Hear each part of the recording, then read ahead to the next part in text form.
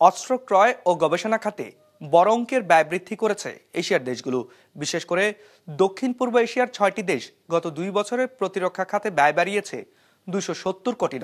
মূলত ভবিষ্যৎ নিরাপত্তার উদ্বেগ থেকে ভিন দেশ থেকে অস্ত্র কেনার পাশাপাশি নিজস্ব সক্ষমতা বৃদ্ধির দিকেও মনোযোগ দিচ্ছে দেশগুলো।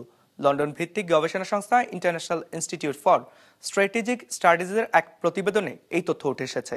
250-টিরও বেশি ডিজাইন অপশন নিয়ে ওয়ালটন স্মার্ট ফ্রিজ, বোঝে আপনার প্রয়োজন।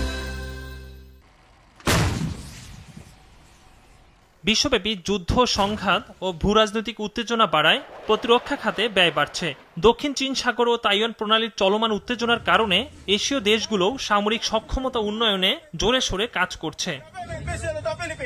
ইন্টারন্যাশনাল ইনস্টিটিউট ফর স্ট্র্যাটেজিক স্টাডিজের গবেষণা প্রতিবেদন বলছে, ইউক্রেন, রাশিয়া ও মধ্যপ্রাচ্যের চলমান সংঘাত, যুক্তরাষ্ট্র চীন কৌশলগত প্রতিদ্বন্দ্বিতা এবং এশিয়া প্যাসিফিক অঞ্চলের নিরাপত্তার অবনতি ঘটায় প্রতিরক্ষা শিল্পে বৈশ্বিক অংশীদারিত্বের প্রবণতা বাড়তে পারে।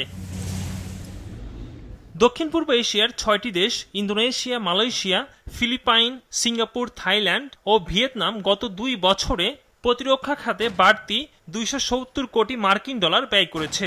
দেশগুলোর এ খাতে মোট ব্যয়ের পরিমাণ দাঁড়িয়েছে $1050 কোটি। প্রতিরক্ষা খাতে ব্যয় বৃদ্ধির পরও 2024 সালে দেশগুলোর সামরিক বাজেট ছিল জিডিপির 1.5% মতো, যা গত 1 দশক ধরে প্রায় অপরিবর্তিত রয়েছে।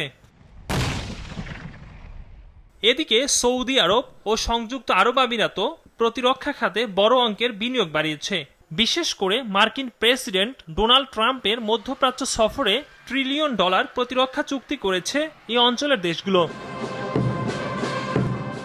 এর মধ্যে সংযুক্ত আরব আমিরাত চীনের নোরিনকো ও ভারতের হিন্দুস্তান অ্যারোনটিক্সের সাথে প্রতিরক্ষা বহুমুখীকরণে কাজ করছে।